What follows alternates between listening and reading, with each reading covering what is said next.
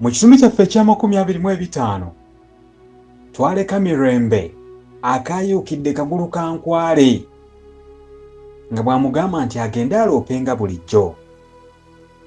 Kino nno kye kitundu kyaffe ekya26 nga kigenda mu maaso bwe kiti. Simanyi nno oyagala tugwe wansi tukube mavi, nandiki tukuba amabeere tuyonse be tutaazaala kubanga otegedde, nandiki tuteme emivuumo egitannafuukamu tukugerekereko. Awo Kagulukankwale yalaba talina ky'anaakola kwessa busungu, n'abuuza akawala kali kannajja kamubuulire bye tubadde tunyumya. Naye kko ne kamutegeeza nga bwe kabadde katawulira kigambo na kimu.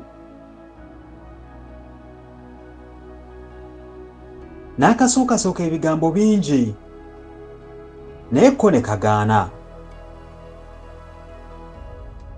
Kyeyava akawujja empi bbiri, n'ensumbi gye kaali keetisse n'egwa n'eyatika.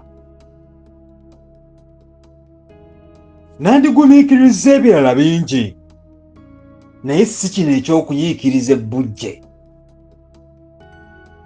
Leero kiiso kya mbuzi? Nabuuka ekigere kimu nga mukutte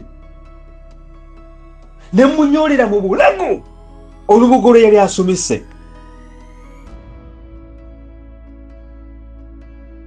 Naye mbangalula ekikonde ekimutomeze, Mirembe n'ankwata emikono nti,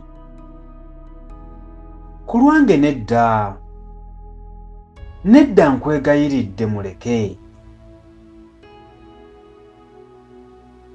Ne musindika eri mu bicuucu, ne ŋŋamba Mirembe ne Najja batambule tugende, era nabo bwe baakola. Bwe nakyuka ne kansongamu olunwe nga bwe kalagiriza nti, gwe kyonkoze olikisasulira, etulisisinkana awalungi obulungi tuti, tulya matereke. Bwe twatuuka ku mmeeya, Mirembe n'amugamba nti, nkabasombedde. Waliwo n'ebirala bye baayogera, nange sikyabijjukira bulungi.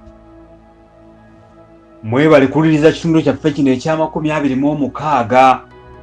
Tusisinkana ate mu kitundu ekya27.